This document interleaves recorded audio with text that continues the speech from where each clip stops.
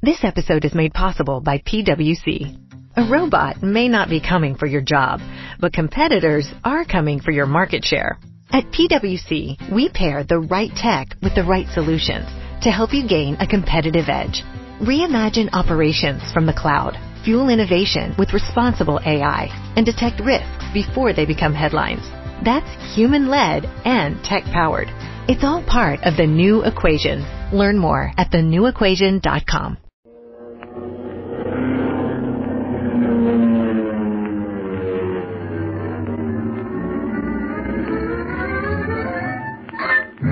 Speed Gibson of the International Secret Police.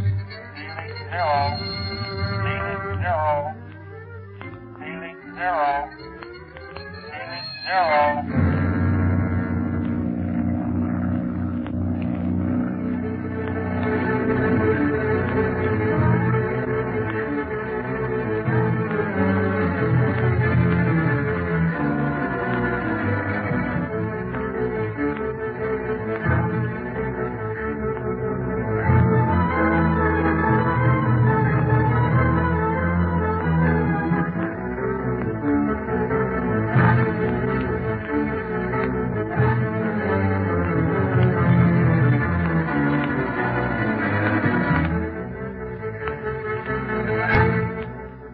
When Speed and Dawa go to the Octopus Castle to take his picture unknown to him, they are captured and brought before the criminal for questioning.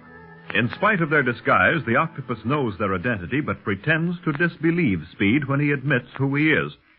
Under cloak of this pretense, the Octopus says that he will punish them by sending them out into the hailstorm which has just broken over the pass. Since this means injury and possible death, the boys plead for mercy, but it does no good, and they're about to be thrown out into the storm when Clint, Barney, and La Chaux-Tse-Ring arrive. We find them all in the laboratory while the storm howls outside. Golly, Clint, you sure came in the nick of time. Mr. Mounier thought we were really Tibetan shepherds come to steal something from him. He was going to put us out in the storm. Well, isn't such punishment a trifle severe, Mr. Mounier? Mr. Barlow, I still feel that you do not comprehend my earnest desire for complete privacy. I must have it, if I must resort to stern measures to keep it, now and in the future. The Tibetan law might stop you in some things. Then you'd have all the privacy you wanted. In jail. Now, Barney? Well, how does he get that way? Kicking kids out in this weather? I just got a few hailstones bounced off my bean, and that's all I wanted. Yes. Surely, Mr. Mounier, you must realize the strength of our storm. Allow me to reassure you, Mr. Searing, I had no idea that they had the strength to kill. Why, you did. You said so. Oh, wait a minute, Speed. Yeah? I think you better stay out of this. After all, you were trespassing on Mr. Mounier's property, from what I can make of this whole thing. But we meant no harm, Mr. Barlow. It was more of an adventure for us. There was no need for all this near tragedy. No need for the guard to strike down my dog, my Campo, when he sought to protect me from his approach. You never should have left our home without telling me, Dawa. I realize that now only too well, honored male parent.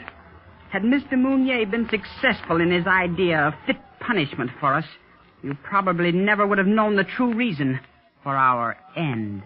I fear that our young friends are given to exaggeration. By the way, Mr. Barlow, how is it that you happened to arrive when you did? We were out for a drive. As you may know, Mr. Searing's land extends even as far as the pass of the Iron Dagger. Well, we were at the entrance of the pass when the storm cloud suddenly gathered. Searing, knowing the intensity of these storms, suggested seeking shelter here, since we had no time to return to his home. I understand. Well, since you are here, you may as well make yourselves comfortable. Perhaps the boys would like to remove those heavy coats they are wearing. Yeah. No. I'm still kind of cold from that scare we had. Aren't you, Dawa? Yes, I believe I am.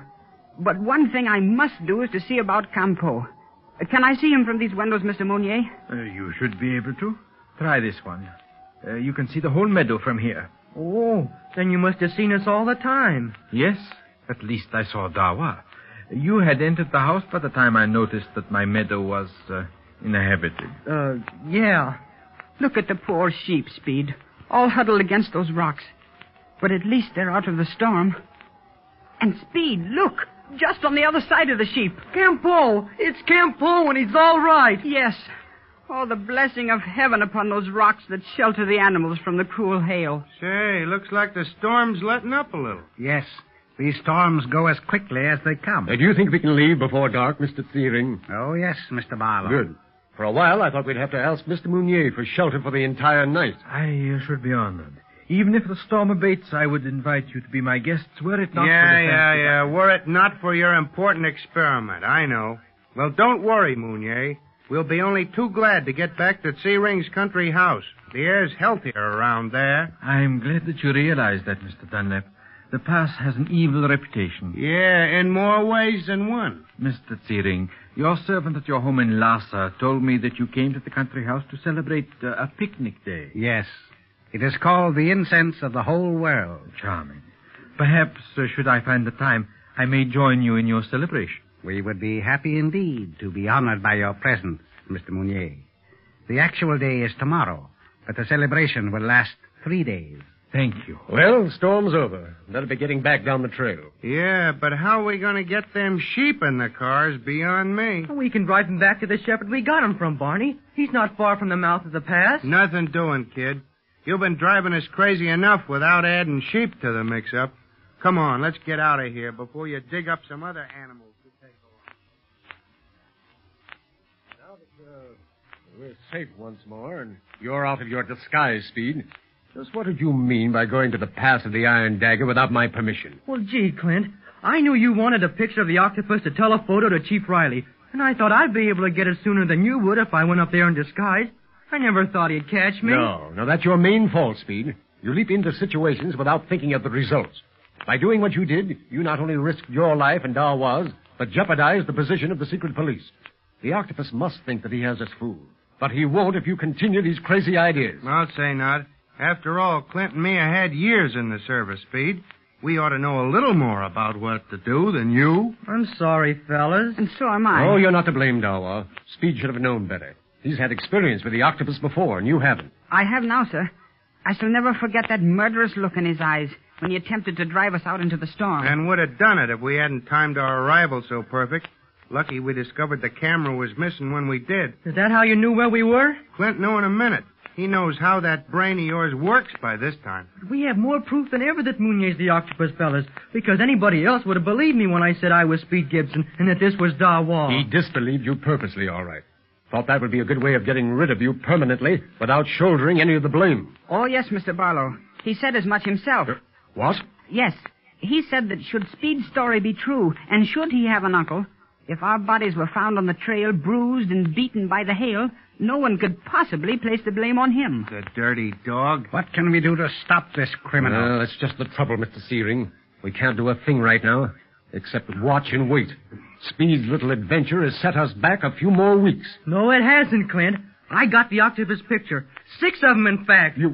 You what? Sure. I had plenty of chance to snap him while he was talking to Dawa and me. Speed, I had no idea that you were taking his picture. Neither did he. I got profiles, full face, and 3/4 face. I was so scared that I could hardly work the camera, but I did all right. Now you've got your pictures to telephoto to Chief Riley, Clint. Oh, Speed, well, what can I say? I've said it before, and I'll say it again. You and me might as well turn in our badges, Clint. The kid's doing all the work. It is amazing to think that Speed would have the courage to take those pictures even when he was in such terrible danger. Well, that's the trouble, Mr. Searing. Speed has too much courage. It's going to get him into a lot of trouble someday. But meanwhile, Speed, for those pictures, I want to thank you, boy. Golly, you bet, Clint. I'm glad I had the chance to snap him. Boy, oh boy, I wish I could see the look on the octopus' face if he knew we had some snaps of his mug. Well, he's not going to know it if we can help it. Let's see now. Where can I telephoto those pictures from? From Lhasa, Mr. Barlow. Well, why, is that possible? Oh, yes. That is one of the modern improvements that has come even to the Holy City. Swell. It's liable to save Tibet a lot of trouble. I hope so, my friend. Well, I'll take it in the first thing in the morning. And we should have a reply from Chief Riley by the end of the 3-day picnic celebration. Gosh, if those pictures match up with one of a known criminal in our rogues gallery, then we can arrest the octopus right away. Yes, Speed. And I'm proud of you, fella. Even if you did disobey me. I'm mighty proud of you.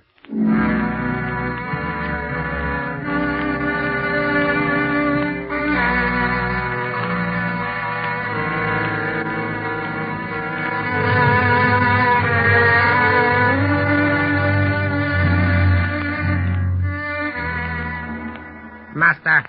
The new slaves are being brought in. Do you wish to watch their arrival? No. You are disturbed over something. Yes, Quan Wu. And as usual, it has to do with the secret police. There is something going on under their smiles and pretended friendship. Nothing that can harm you. I'm not so sure of that. Why did Speed Gibson come here this afternoon? Too bad his uncle came when he did. Else we never would have been bothered by that boy again. But he did come. Obviously to rescue Speed. That other story of his was probably false. If that were the case, then the boy must have come here without Barlow's knowledge. That means he's up to something more than merely spying on me. But what? Do you think he could know something of the raids our men are making on the villages and farms? Of the slaves hidden away below? No. If he knew that, then Barlow and Dunlap would know it. And they would have an excellent reason to bring me before the Tibetan authorities. I trembled while they were in the laboratory. I feared that they might discover the secret of the lower room. That danger is secondary, Quan Wu, but we shall run no risk. How many slaves are coming in tonight? I cannot tell exactly, but 100 have already been brought in. And the night is still young. That means many more will come. Wu, tomorrow I want you to begin preparing the slaves for the transfer. Give them extra heavy doses of the vapors of sleep. Place them in sacks. Master, you mean they are to start for the meeting place at the foot of the Himalayas? Yes.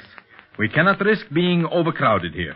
Should we be raided, I want to be able to do away with the slaves so that no trace of them can be found. Drop them down the shaft of death? The one below the torture chamber? Yes.